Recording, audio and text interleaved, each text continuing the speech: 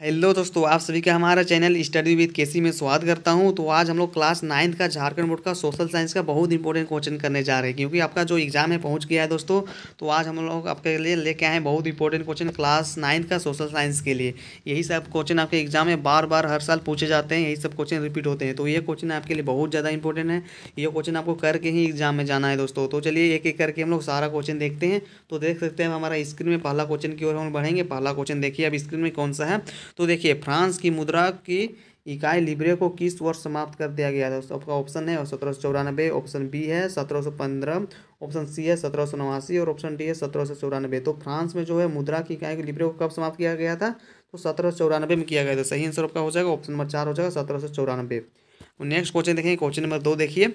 फ्रांसीसी सरकार करों में वृद्धि के लिए बाध्य क्यों गई थी। जो फ्रांस सरकार ही कर को बढ़ाने के लिए जो क्यों मजबूर हो गई थी, बढ़ते जा रहे कर्ज को चुकाने के लिए, या सेना के रखरखाव के लिए, या राज दरबार तथा सरकारी कार्यालयों को चलाने के लिए, या इनमें सभी। तो जो फ्रांसीसी क्रांति है वो वृद्धि को, जो कर है उसको वृद्धि बढ़ाने के लिए मजबूर हो गए थे, सभी कारणों से दोस्तों। तो सही ऑप्शन होगा ऑप्शन नंबर 4 हो जाएगा, बिल्कुल सही हो जाएगा। आगे देखते हैं क्वेश्चन नंबर 3। ये सारे क्वेश्चन आपके लिए बहुत ज़्यादा इंपॉर्टेंट है, ठीक ना। ये सब क्वेश्चन आपको करके एग्जाम में जाना है, यही सब क्वेश्चन हमेशा पूछा जाता है। तो देखिए क्वेश्चन नंबर 3। फ्रांस की पूरी आबादी का लगभग 90% कौन लोग थे। जो फ्रांस है उसका पूरा आबादी का, पूरा जनसंख्या का 90% कौन लोग थे। किसान थे, वकील थे, पादरी थे, या अमीर थे। तो कौन लोग थे, तो किसान लोग थे। सही आंसर हो जाएगा ऑप्शन नंबर ए हो जाएगा किसान। आगे हम लोग देखेंगे क्वेश्चन नंबर 4 की ओर चलिए। क्वेश्चन नंबर 4 देखिए। 1748 में the spirit of the laws की रचना किसने की थी। रूसो ने, ऑप्शन बी मार्क्स ने, ऑप्शन सी मांटेस्क्यू ने और ऑप्शन डी मिराया ने। तो कौन की थी, मांटेस्क्यू ने। सही आंसर हो जाएगा ऑप्शन नंबर 3। आगे देखेंगे हम लोग क्वेश्चन नंबर 5 की। चलिए क्वेश्चन नंबर 5 देखते हैं। जब 1791 में फ्रांस की नेशनल असेंबली ने संविधान का प्रारूप पूरा कर लिया, तो इसका मुख्य उद्देश्य क्या था। सम्राट की शक्तियों को सीमित करना, मतदान के अधिकारों को छीन लेना, पुरुषों और नागरिकों के अधिकार, घोषणा पत्र को समाप्त कर देना, इनमें से सही। तो 5 का सही आंसर हो जाएगा दोस्तों ऑप्शन नंबर ए हो जाएगा, सम्राट की शक्तियों को सीमित करना। ऑप्शन नंबर ए बिल्कुल सही हो जाएगा। आगे हम लोग बढ़ेंगे क्वेश्चन नंबर 6 को। चलिए क्वेश्चन नंबर 6 देखते हैं क्या है। तो 6 नंबर आप देख सकते हैं स्क्रीन में। फ्रांसीसी उपनिवेशों में कौन सी प्रथा का उन्मूलन जैकोबी शासन के क्रांतिकारी सामाजिक सुधारों में से एक था। दहेज प्रथा, दास प्रथा, जाति प्रथा, या सती प्रथा। तो आपका 6 का सही आंसर हो जाएगा दोस्तों ऑप्शन नंबर 2 बिल्कुल सही हो जाएगा, दास प्रथा। दास प्रथा हो जाएगा। आगे हम लोग बढ़ेंगे क्वेश्चन नंबर 7 को बढ़ेंगे। चलिए क्वेश्चन नंबर 7 देखते हैं। निम्न में से कौन यूरोप में ऐसा राष्ट्र चाहते थे जिसमें सभी धर्मों को बराबर का सम्मान और जगह मिले। बराबर का सम्मान और जगह मिले। उदारवादी, क्रांतिकारी, समाजवादी, या राष्ट्रवादी। तो ऐसा कौन चाहते थे, तो ऐसा उदारवादी चाहते थे। सही आंसर हो जाएगा आपका ऑप्शन नंबर ए हो जाएगा, बिल्कुल सही, उदारवादी। आगे बढ़ते हैं हम लोग क्वेश्चन नंबर 8 को देखेंगे। चलिए क्वेश्चन नंबर 8 देख सकते हैं अब स्क्रीन में। तो क्वेश्चन नंबर 8 है, निम्न में से किसका विश्वास था कि खुद खुद को पूंजीवादी शोषण से मुक्त कराने के लिए मजदूरों को एक अत्यंत भिन्न किस्म का समाज बनाना होगा। फ्रेडरिक एगिल्स का, या रॉबर्ट ओवेन का, या कार्ल मार्क्स का, या नेपोलियन बोनापार्ट का। तो ऐसा किसका विचार था, तो सही आंसर हो जाएगा आपका ऑप्शन नंबर 3 हो जाएगा, कार्ल मार्क्स। सही आंसर हो जाएगा ऑप्शन नंबर 3। आगे बढ़ेंगे क्वेश्चन नंबर 9 को। चलिए देखेंगे क्वेश्चन नंबर 9 देख सकते हैं। फिनलैंड, लातविया, लिथुआनिया, एस्टोनिया तथा पोलैंड के कुछ हिस्सों में किस साम्राज्य के अंग थे। फ्रांसीसी के थे, या इटली के थे, या जर्मनी के थे, या रूसी के थे। तो किसका था दोस्तों, तो रूसी का था। तो सही आंसर हो जाएगा ऑप्शन नंबर 4 बिल्कुल सही हो जाएगा। आगे बढ़ते हैं हम लोग क्वेश्चन नंबर 10 की ओर। चलिए क्वेश्चन नंबर 10 देखेंगे। क्वेश्चन नंबर 10 आप देख सकते हैं। मार्क्स के विचारों को मानने वाले समाजवादियों ने 1898 में किस पार्टी का गठन किया था। समाजवादी क्रांतिकारी पार्टी का, या Russian social democratic party, workers party का, या लेबर पार्टी का, या इनमें से कोई नहीं। तो आपका 10 का कौन सा सही सही आंसर हो जाएगा, तो आपका सही आंसर हो जाएगा ऑप्शन नंबर 2 हो जाएगा। कौन सा पार्टी का गठन किया था, Russian social democratic workers party, बिल्कुल सही हो जाएगा ऑप्शन नंबर 2। आगे बढ़ते हैं हम लोग क्वेश्चन नंबर 11। चलिए क्वेश्चन नंबर 11 को देखते हैं। तो 11 नंबर आप देख सकते हैं। 1914 में दो यूरोपीय गठबंधनों के बीच युद्ध छिड़ गया था। एक खेमे में जर्मनी, ऑस्ट्रेलिया और तुर्की थे। तो दूसरे खेमे में कौन थे, तो दूसरे खेमे में कौन था आपको बताना है 1914 में। तो देखिए, फ्रांस, ब्रिटेन और रूस थे, या फ्रांस, ग्रीस और डेनमार्क थे, या फ्रांस, हॉलैंड और बुल्गारिया थे, या फ्रांस, स्विट्जरलैंड और आइसलैंड थे। तो आपका सही आंसर कौन सा हो जाएगा? तो आपका सही आंसर हो जाएगा ऑप्शन नंबर ए हो जाएगा। कौन थे? फ्रांस, ब्रिटेन और रूस। सही आंसर हो जाएगा ऑप्शन नंबर ए। आगे बढ़ते हैं क्वेश्चन नंबर 12 की ओर। क्वेश्चन नंबर 12 आप देख सकते हैं, पूर्व देशांतर रेखा जो भारत की मानक व्यापार रेखा मानी जाती है वो भारत के किस राज्य और शहर से होकर गुजरती है? उत्तर प्रदेश मिर्ज़ापुर से, बिहार पटना से, या रांची झारखंड रांची से, या गुजरात गांधीनगर से। तो कौन सा राज्य से होकर गुजरती है? तो उत्तर प्रदेश और मिर्ज़ापुर। सही आंसर हो जाएगा आपका ऑप्शन नंबर ए हो जाएगा, बिल्कुल सही, उत्तर प्रदेश और मिर्ज़ापुर। आगे बढ़ते हैं क्वेश्चन नंबर 13 की ओर। चलिए क्वेश्चन नंबर 13 देखिए, पश्चिम में यूरोपीय देशों एवं पूर्व एशियाई देशों में कौन सा सागर मिलाती है? पश्चिमी में जो यूरोपीय देशों एवं पूर्वी एशियाई देशों को कौन सा सागर मिलाती है? अंटार्कटिक महासागर, प्रशांत महासागर, हिंद महासागर, या अंटार्कटिक महासागर। तो कौन सा आपका हो जाएगा? सही आंसर हो जाएगा ऑप्शन नंबर 3 हो जाएगा, हिंद महासागर मिलाती है, हिंद महासागर। आगे बढ़ते हैं क्वेश्चन नंबर 14 की ओर। चलिए क्वेश्चन नंबर 14 देखेंगे। तो आगे देख सकते हैं क्वेश्चन नंबर 14 को देखिए, भारत की भूमि की सीमाएं उत्तर पश्चिम किस देश के साथ जुड़ी है? भारत की जो भूमि की सीमा है उत्तर पश्चिम किस देश के साथ जुड़ी है? पाकिस्तान एवं अफगानिस्तान, नेपाल एवं भूटान, म्यांमार एवं बांग्लादेश, या पाकिस्तान एवं चीन। तो कौन सा देश के साथ जुड़ी है? पाकिस्तान एवं अफगानिस्तान। सही आंसर हो जाएगा ऑप्शन नंबर ए हो जाएगा। आगे बढ़ते हैं हम लोग क्वेश्चन नंबर 15 की ओर। चलिए क्वेश्चन नंबर 15 देखिए, तो देख सकते हैं आप, सतलुज एवं सिंधु के बीच स्थित हिमालय के भाग को किस नाम से जाना जाता है? हिमालय, हिमाचल प्रदेश, पंजाब हिमालय, कुमाऊं हिमालय, या नेपाल हिमालय। तो किस नाम से जानते हैं हम लोग? पंजाब हिमालय। सही आंसर हो जाएगा ऑप्शन नंबर 2।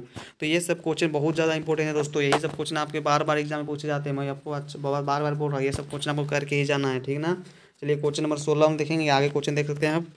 तो देखिए क्वेश्चन नंबर 16 है, पटकाई नागा, मिजे तथा मणिपुर निम्न में से किसके नाम है? जातियों के है, शहरों के है, शैलों के, या पहाड़ों के? तो ये किसका नाम है? तो ये पहाड़ों का नाम है। सही आंसर हो जाएगा ऑप्शन नंबर 4, पहाड़ों के। आगे देखते हैं क्वेश्चन नंबर 17, भारत का उत्तरी मैदान जो जलोढ़ मृदा से बनी है उसका निर्माण किन नदियों के द्वारा हुआ है? सिंधु, सतलुज, तीस्ता, या सिंधु ब्यास झेलम, या सिंधु गंगा ब्रह्मपुत्र, या सिंधु रवि और चेनम। तो कौन सा नदी से हुआ है? तो सही आंसर आपका हो जाएगा ऑप्शन नंबर 3 हो जाएगा, सिंधु गंगा और ब्रह्मपुत्र। ऑप्शन नंबर 3 बिल्कुल सही हो जाएगा।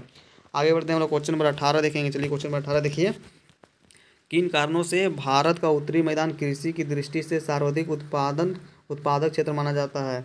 तो ऑप्शन देखिए, समृद्ध मृदा आवरण, या प्रचुर पानी की उपलब्धता, या अनुकूल जलवायु, या इनमें से सभी कारणों से। तो 18 पर कौन सा हो जाएगा? तो इन सभी कारणों से जो माना जाता है सर्वाधिक उत्पादन क्षेत्र माना जाता है। सही आंसर हो जाएगा ऑप्शन नंबर 4 हो जाएगा, इनमें से सभी कारणों से। आगे देखिए क्वेश्चन नंबर 19, मानसरोवर झील किस देश में स्थित है? जो मानसरोवर झील है वो कौन सा देश में स्थित है? भारत में, नेपाल में, तिब्बत में, या भूटान में? तो कौन सा देश में है? तो तिब्बत में। सही आंसर हो जाएगा ऑप्शन नंबर 2 हो जाएगा, तिब्बत। आगे बढ़ते हैं हम लोग क्वेश्चन नंबर 20 को। क्वेश्चन नंबर 20 देखिए, सतलुज, ब्यास, रवि, चेनाब तथा झेलम आपस में मिलकर पाकिस्तान में मिठानकोट के पास किस नदी में मिल जाती है? किशन नदी, किशन गंगा में, या सिंधु में, या कुरम में, या काबुल में? तो कौन सा में? तो सिंधु मिल जाती है। सही आंसर हो जाएगा ऑप्शन नंबर बी हो जाएगा, सिंधु।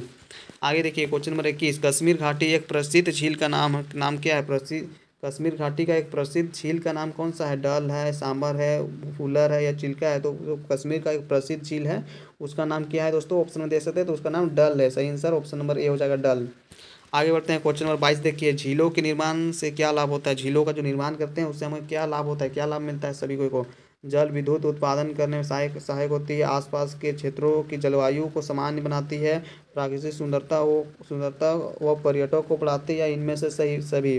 तो अब सही आंसर कौन सा हो जाएगा दोस्तों आपका 22 का? देखिए तो 22 का सही आंसर हो जाएगा, तो झीलों का निर्माण करने से क्या होता है? प्राकृतिक सुंदरता व पर्यटक को बढ़ाती है। सही आंसर हो जाएगा ऑप्शन नंबर 3 हो जाएगा, बिल्कुल सही हो जाएगा ऑप्शन नंबर 3। आगे देखिए क्वेश्चन नंबर 23 को देखेंगे हम लोग। क्वेश्चन नंबर 23, निम्न में से शासन का एक ऐसा रूप कौन है जिसमें शासकों का चुनाव लोग करते हैं? शासनों का चुनाव कौन लोग करते हैं? लोकतंत्र, तानाशाही तंत्र, राजशाही तंत्र, इनमें से कोई नहीं। तो वो कौन सा है? तो लोकतंत्र में जो है दोस्तों शासकों का चुनाव लोग करते हैं, जनता करते हैं। तो सही आंसर हो जाएगा ऑप्शन नंबर ए हो जाएगा, लोकतंत्र।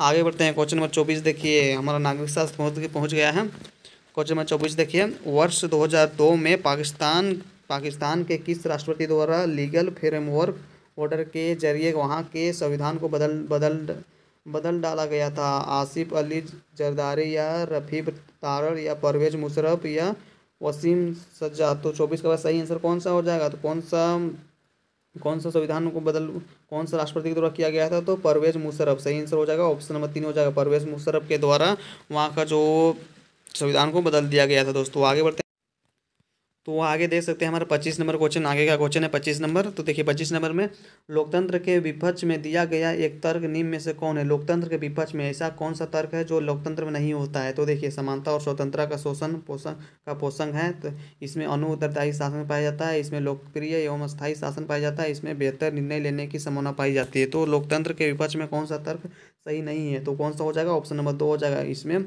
उत्तरदायी एवं शासन पाया जाता है, तो ये कथन गलत है दोस्तों। लोकतंत्र में उत्तरदायी शासन पाया जाता है, तो ये कथन गलत है, तो सही आंसर हो जाएगा ऑप्शन नंबर 2 हो जाएगा। आगे बढ़ते हैं क्वेश्चन नंबर 26। क्वेश्चन 26 देखिए, लोकतंत्र में किसी समस्या के समाधान में किसकी भूमिका अधिक महत्वपूर्ण होती है। विपक्षी दल का, सत्तारूढ़ दल का, या मीडिया का, या इनमें से सही सभी। तो कौन सा होगा, तो देखिए इसका सही आंसर हो जाएगा आपका ऑप्शन नंबर 4 हो जाएगा। इनमें से सभी का जो भूमिका अधिक महत्वपूर्ण, सबका समान, सही आंसर हो जाएगा दोस्तों आपका ऑप्शन नंबर 4 हो जाएगा। इनमें सभी का जो भूमिका रहता है महत्वपूर्ण होता है, मीडिया का भी, विपक्षी दल का भी, या सत्तारूढ़ दल का भी। तो सही आंसर हो जाएगा 26 का ऑप्शन नंबर 4 हो जाएगा। आगे तो नेक्स्ट क्वेश्चन है हमारा, देख सकते हैं क्वेश्चन नंबर 27 को देखिए अब स्क्रीन में। आज की दुनिया में लोकतांत्रिक शासन व्यवस्था का सबसे आम रूप क्या है। लोगों द्वारा चुने गए प्रतिनिधियों के माध्यम से शासन चलाना, जनता द्वारा, ऑप्शन बी है जनता द्वारा एक स्थान पर जमा होकर शासन संबंधी निर्णय लेना, ऑप्शन सी है मताधिकारों के अधिकार को लोगों के से छीन लेना, या ऑप्शन डी है इनमें से सभी। तो कौन सा हो जाएगा सही आंसर, ऑप्शन नंबर ए हो जाएगा, लोगों द्वारा चुने गए प्रतिनिधियों के माध्यम से शासन चलाना। आगे बढ़ेंगे क्वेश्चन नंबर 28 को देखिए, नेल्सन मंडेला, देखिए नेल्सन मंडेला के बारे में दिया गया है। नेल्सन मंडेला को दक्षिण अफ्रीका के सबसे भयावह जेल में 28 वर्षों तक रहना पड़ा। वह जेल किस द्वीप में स्थित है, मरियन द्वीप में, डायर द्वीप में, मालदीव में, या रेबोन द्वीप में। तो कौन सा जेल था, तो सही आंसर हो जाएगा रेबोन जेल था, रेबोन द्वीप। कौन सा द्वीप था, रेबोन द्वीप, ऑप्शन नंबर 4 बिल्कुल सही हो जाएगा। आगे बढ़ते हैं क्वेश्चन नंबर 29। क्वेश्चन नंबर 29 देखिए, दक्षिण अफ्रीका में रंगभेद के खिलाफ जब जनता के संघर्ष और विरोध बढ़ने लगा तो यहाँ की सरकार ने अपनी नीतियों में क्या बदलाव शुरू कर दिया। भेदभाव वाले कानूनों को वापस ले लिया, या राजनीतिक दलों पर लगा प्रतिबंध उठा लिया, या नेल्सन मंडेला को आज़ाद कर दिया, इनमें से सभी। तो 29 का कौन हो जाएगा, इनमें से सभी हो जाएगा, ऑप्शन नंबर 4। आगे बढ़ते हैं क्वेश्चन नंबर 30 देखिए। क्वेश्चन नंबर 30 देखिए, लोकतांत्रिक शासन वाले देशों में किसका होना जरूरी माना जाता है, राजा का, या युद्ध का, या संविधान का, या अकाल का। तो देखिए लोकतांत्रिक जो शासन वाला देश होता है उसमें सबसे जरूरी संविधान का रहना माना जाता है, सही आंसर हो जाएगा ऑप्शन नंबर बी हो जाएगा, संविधान। आगे बढ़ते हैं क्वेश्चन नंबर 31। क्वेश्चन नंबर 31 को देखिए, भारत देश ने किस आधार पर हुए बंटवारों की विशेषता झेली है। तो धर्म के, भाषा के, जाति के, या भूमि के। तो भारत में दोस्तों धर्म हो जाएगा, सही आंसर हो जाएगा ऑप्शन नंबर ए हो जाएगा, धर्म। आगे बढ़ते हैं क्वेश्चन नंबर 32 देखिए। क्वेश्चन 32 देखिए, संविधान प्रमुख रूप से क्या काम करता है। लोगों के बीच जरूरी भरोसा और सहयोग विकसित करता है, या सरकार के अधिकारों की सीमा तय करता है, या समाज के गठन के लिए लोगों की आकांक्षाओं को व्यक्त करता है, या इनमें से सभी। तो 32 का कौन सा आंसर हो जाएगा दोस्तों, इनमें से सभी हो जाएगा, सभी। संविधान पर ये सभी तरह से काम करता है, तो सही आंसर हो जाएगा ऑप्शन नंबर 4 हो जाएगा, इनमें से सभी। आगे बढ़ते हैं क्वेश्चन नंबर 33 देखिए। क्वेश्चन नंबर 33 स्क्रीन में, पालमपुर के निकटतम बड़े गांव का नाम क्या है। पालमपुर के निकटतम बड़े गांव का नाम क्या है, रायगंज है, रामपुर है, शाहपुर है, या भरतपुर है। तो कौन सा हो जाएगा, रायगंज हो जाएगा, ऑप्शन नंबर ए हो जाएगा, रायगंज। 33 का ए हो जाएगा। आगे बढ़ते हैं क्वेश्चन नंबर 34, भूमि मापने की मानक इकाई क्या है। किलोमीटर है, सेंटीमीटर है, हेक्टेयर है, या मिलीमीटर है। तो भूमि हम लोग किसे मापते हैं दोस्तों, तो हेक्टेयर हो जाएगा, सही आंसर ऑप्शन नंबर 3 हो जाएगा, हेक्टेयर। आगे बढ़ते हैं क्वेश्चन नंबर 35 देखिए,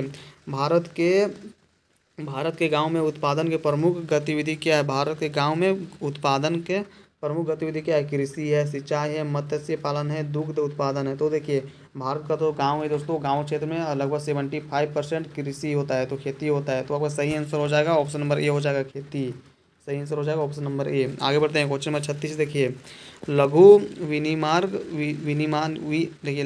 विनिर्माण, परिवहन, दुकानदारी, डेयरी किस प्रकार की क्रिया है। तो देखिए गैर कृषि क्रिया है, या समान क्रिया है, या सहायक क्रिया है, या संयुक्त क्रिया है। तो किस तरह की क्रिया है दोस्तों, तो ये गैर कृषि क्रिया है। 36 का आपका ऑप्शन नंबर ए बिल्कुल सही हो जाएगा, गैर कृषि क्रिया है। तो यही सब क्वेश्चन आपके एग्जाम में आता है दोस्तों, ये सब क्वेश्चन आपको करके जाना है, अच्छे से कर लीजिएगा, आपका एग्जाम के लिए बहुत ज़्यादा इंपॉर्टेंट है। आगे देखिए क्वेश्चन नंबर 37 देखिए, आर्थिक विकास की दृष्टि से कौन सर्वाधिक महत्वपूर्ण है। प्राकृतिक संसाधन, भौतिक पूंजी, मानवीय पूंजी, या इनमें से कोई नहीं। तो कौन सा आपका सही आंसर हो जाएगा, तो ऑप्शन नंबर 2 बिल्कुल सही हो जाएगा, मानवीय पूंजी, जो मानव पूंजी होता है वो सही आंसर हो जाएगा ऑप्शन नंबर 2, मानवीय पूंजी। आगे देखिए क्वेश्चन नंबर 38 देखिए, निम्न में से कौन से कारक जनसंख्या की गुणवत्ता को बढ़ाता है? साक्षरता दर, लोगों का स्वास्थ्य, कौशल निर्माण या इनमें से सभी? तो आपका 38 का कौन सा हो जाएगा? देखिए जनसंख्या जो गुणवत्ता को बढ़ाता है, साक्षरता दर बढ़ाता है, लोगों का स्वास्थ्य बढ़ाता है, कौशल निर्माण बढ़ाता है, तो सही आंसर हो जाएगा इनमें सभी हो जाएगा, ऑप्शन नंबर 4। आगे बढ़ते हैं क्वेश्चन नंबर 39 देखिए, ऐतिहासिक और सांस्कृतिक कारणों से परिवार में महिलाओं और पुरुषों के बीच किसका विभाजन हुआ रहता है? भूमि का, श्रम का, आय का या संपत्ति का? तो देखिए महिलाओं और पुरुषों के बीच किसका विभाजन हुआ रहता है दोस्तों? तो श्रम का होता है, काम का होता है। सही आंसर हो जाएगा आपका ऑप्शन नंबर 3 हो जाएगा, श्रम हो जाएगा, काम हो जाएगा, ठीक ना।